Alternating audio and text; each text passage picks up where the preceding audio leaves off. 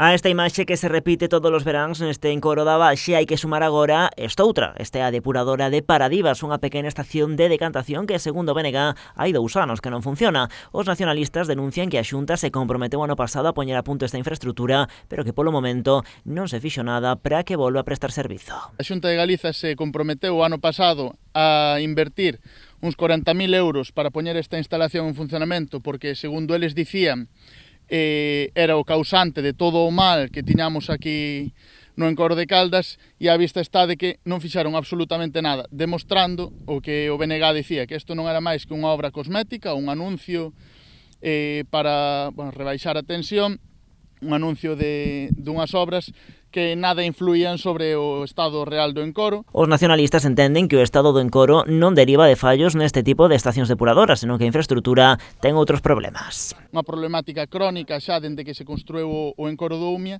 non é derivado do funcionamento das estacións de depuración, senón que ven provocado pola propia construción do encoro do Umia, non?